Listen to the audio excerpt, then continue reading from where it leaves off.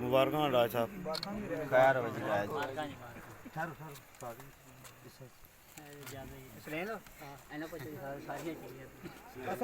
नाम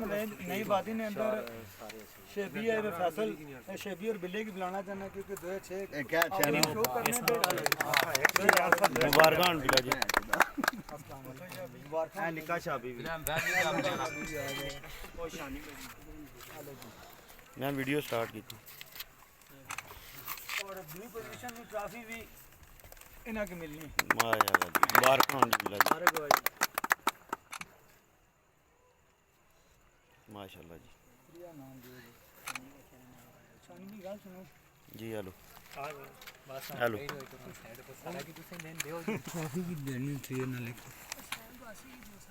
ऊपर नाम लिखे सारे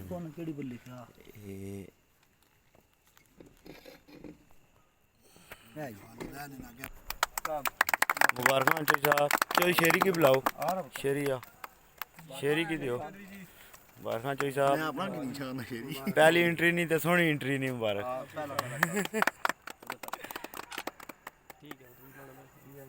माशाल्लाह उस बाद पहले कबूतर ना जो इनाम आता जी जी शुक्रिया जी मेहरबानी बहादुर कबूतर ना जो इनाम आता उसके अंदर असने जो है ना अपना शेबीर में बिल्ले की प्रेस कर सकते अपना नमाज चाहिए शादिया का शादिया को तो गए गाछ सामान आ गया सामान गाछ गाओ सामान आओ ओ गुड्डी शाह जी जिस ऊपर तुसां लिखा ना ना ओला कप दियो फ्रेंड पिजन उस ऊपर लिखा है सैयद मुसद्दक आदमी चौथा ही है चौथा है हाँ ही है हाँ चौथा ही ना की देना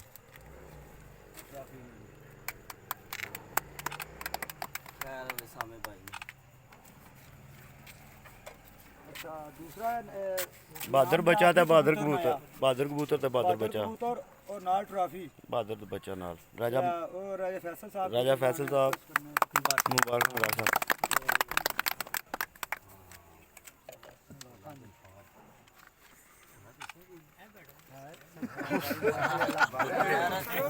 सारा तो आखिरी नाम आज जड़ा हर साल समझो के सीजन मतलब नानी विचा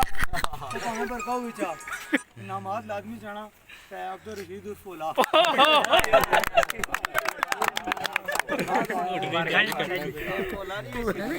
मुबारक बोलिया जी और उस तो बाद आखिरी जड़ा नमाज ओ कप दियो ना बोले ना ओ बहादुर बच्चे ना आया नमाज बोले ना जी बहादुर बच्चे ना